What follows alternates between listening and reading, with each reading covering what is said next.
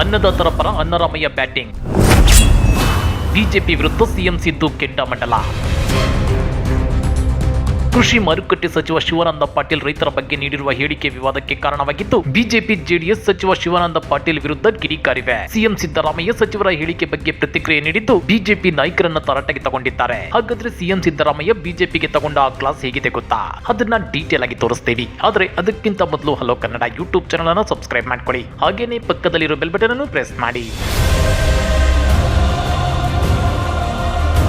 ರೈತರ ಬಗ್ಗೆ ಹಗುರವಾಗಿ ಮಾತನಾಡಿದ ಸಚಿವ ಶಿವಾನಂದ ಪಾಟೀಲ್ ಅವರಿಗೆ ಬುದ್ಧಿವಾದ ಹೇಳುವಂತೆ ಮತ್ತು ಈ ವಿಚಾರವನ್ನ ಬಿಜೆಪಿ ನಾಯಕರು ಅನಗತ್ಯವಾಗಿ ದೊಡ್ಡದು ಮಾಡಿ ವಿವಾದ ಎಬ್ಬಿಸಲು ನೋಡುತ್ತಿದ್ದಾರೆ ಅಂತೇಳಿ ಸಿಎಂ ಸಿದ್ದರಾಮಯ್ಯ ಟ್ವೀಟ್ ನಲ್ಲಿ ಟೀಕಿಸಿದ್ದಾರೆ. ಈ ವಿವಾದ ಹಾಗೂ ರೈತರ ಬಗ್ಗೆ ಟ್ವೀಟ್ ಮಾಡಿರುವ ಮುಖ್ಯಮಂತ್ರಿಗಳು, ಅನ್ನದಾತರಾದ ರೈತರ ಬಗ್ಗೆ ನಾವು ಎಚ್ಚರಿಕೆಯಿಂದ ಮಾತ್ರವಲ್ಲ ಗೌರವದಿಂದ ಮಾತನಾಡಬೇಕು. ಹಗುರ ಮಾತುಗಳ ಮೂಲಕ ರೈತರಿಗೆ ಅವಮಾನವಾಗುವಂತೆ ಮಾಡಬಾರದು. ಇದು ಪ್ರತಿಯೊಬ್ಬರು ಕಡ್ಡಾಯವಾಗಿ ಅನುಸರಿಸಿಕೊಂಡು ಬರಬೇಕಾದ ನೀತಿ ಸಂಹಿತೆ. ರೈತ ಕುಟುಂಬದಿಂದ ಬಂದಿರುವ ಕೃಷಿ ಮಾರುಕಟ್ಟೆ ಸಚಿವ ಶಿವಾನಂದ ಪಾಟೀಲ್ ಅವರಿಗೆ ರೈತರನ್ನ ಅವಮಾನಿಸಬೇಕೆಂಬ ದುರುದ್ದೇಶ ಖಂಡಿತ ಇರಲಾರದು. ತನ್ನ ಜೊತೆಗಿದ್ದ ರೈತರೊಂದಿಗಿನ ಸಲುಗೆಯಿಂದ ಕೆಲವು ಮಾತುಗಳನ್ನಾಡಿದ್ದಾರೆ. ಆದ್ರೆ ಇದು ಸಮಸ್ತ ರೈತ ಸಮುದಾಯಕ್ಕೆ ಅನ್ವಯ ಮಾಡುವಾಗ ವಿಪರೀತ ಅರ್ಥಕ್ಕೆ ಕಾರಣವಾಗುತ್ತೆ. ಇದು ಸಲ್ಲದು ಅಂತೇಳಿ ಸಿಎಂ ಸಿದ್ದರಾಮಯ್ಯ ಹೇಳಿದ್ದಾರೆ. ರೈತರ ಕಲ್ಯಾಣಕ್ಕಾಗಿ ಕಿಂಚಿತ್ತೂ ಕೆಲಸ ಮಾಡದೇ ಇರುವ ರೈತ ವಿರೋಧಿಯಾಗಿರುವ ಬಿಜೆಪಿ ನಾಯಕರು ಇಂತಹದ್ದೇ ಅವಕಾಶಕ್ಕಾಗಿ ಕಾದು ಕೂತವರಂತೆ ಶಿವಾನಂದ ಪಾಟೀಲರ ಮಾತುಗಳನ್ನ ವಿವಾದವನ್ನಾಗಿ ಮಾಡಿದ್ದಾರೆ ಅಂತೇಳಿ ಸಿಎಂ ಸಿದ್ದರಾಮಯ್ಯ ಕಿಡಿಕಾರಿದ್ದಾರೆ.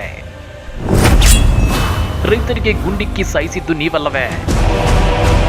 ರಸಗೊಬ್ಬರ ಕೊಡಿ ಎಂದು ಕೇಳಿದ ರೈತರನ್ನ ಗುಂಡಿಕ್ಕಿ ಸಾಯಿಸಿದ ಮತ್ತು ರೈತರ ಸಾಲ ಮನ್ನಾ ಮಾಡಿ ಎಂದು ಕೇಳಿದರೆ ನೋಟ್ ಪ್ರಿಂಟಿಂಗ್ ಮಿಷಿನ್ ಇದೆಯೇ ಎಂದು ಕೇಳಿದ ಬಿಜೆಪಿ ಪಕ್ಷದ ನಾಯಕರಿಗೆ ಕಾಂಗ್ರೆಸ್ ಪಕ್ಷದ ವಿರುದ್ಧ ಮಾತನಾಡುವ ಯಾವ ನೈತಿಕತೆ ಇದೆ ಅಂತೇಳಿ ಸಿಎಂ ಸಿದ್ದರಾಮಯ್ಯ ಪ್ರಶ್ನಿಸಿದ್ದಾರೆ.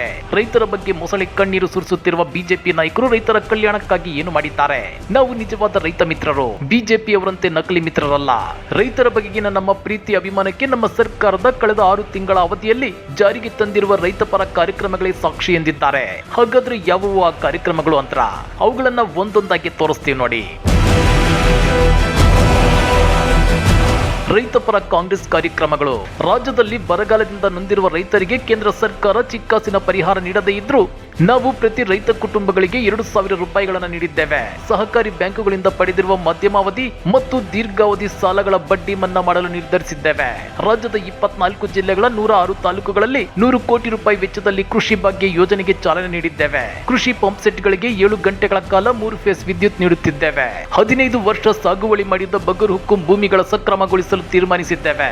ಅಕ್ರಮ ವಿದ್ಯುತ್ ಸಂಪರ್ಕ ಹೊಂದಿರುವ 4 ಲಕ್ಷ ಕೃಷಿ ಪಂಪ್ ಸೆಟ್ಗಳ ಸಕ್ರಮ ಮಾಡುವ ದಿಟ್ಟ ನಿರ್ಧಾರ ಕೈಗೊಂಡಿದ್ದೇವೆ. ಕೃಷಿ ಯಂತ್ರಧಾರೆ ಕೇಂದ್ರಗಳನ್ನು ಬಲಪಡಿಸಲು 100 ಕೋಟಿ ರೂಪಾಯಿ ವೆಚ್ಚದಲ್ಲಿ ಹೈಟೆಕ್ ಹಾರ್ವೆಸ್ಟರ್ ಹಬ್ಗಳನ್ನು ಸ್ಥಾಪಿಸಲಾಗುತ್ತಿದೆ. ರಾಷ್ಟ್ರೀಕೃತ ಬ್ಯಾಂಕುಗಳಲ್ಲಿರುವ ರೈತರ ಸಾಲ ಮನ್ನಾ ಮಾಡುವಂತೆ ದೇಶಾದ್ಯಂತ ರೈತರು ಒತ್ತಾಯಿಸುತ್ತಿದ್ದಾರೆ. ಭಾರತೀಯ ಜನತಾ ಪಕ್ಷದ ನೇತೃತ್ವದ ಕೇಂದ್ರ ಸರ್ಕಾರ ರೈತರ ಕತ್ತು ಹಿಸುಕಿ ಸಾಯಿಸುವ ಕರಾಳ ಕೃಷಿ ಕಾಯ್ದೆಗಳನ್ನು ಜಾರಿಗೆ ತರಲು ಏನೆಲ್ಲ ಕಸರತ್ತು ನಡೆಸಿತ್ತು ಅನ್ನೋದನ್ನ ಇಡೀ ದೇಶವೇ ಕಂಡಿದೆ. ಕೃಷಿ ಕ್ಷೇತ್ರವನ್ನ ಕಾರ್ಪೊರೇಟ್ ದನಿಗಳಿಗೆ ಒತ್ತ ಇಡುವ ಬಿಜೆಪಿಯ ಹುನ್ನಾರವನ್ನ ದೇಶದ ರೈತರು ಅರ್ಥ ಮಾಡಿಕೊಂಡಿದ್ದಾರೆ.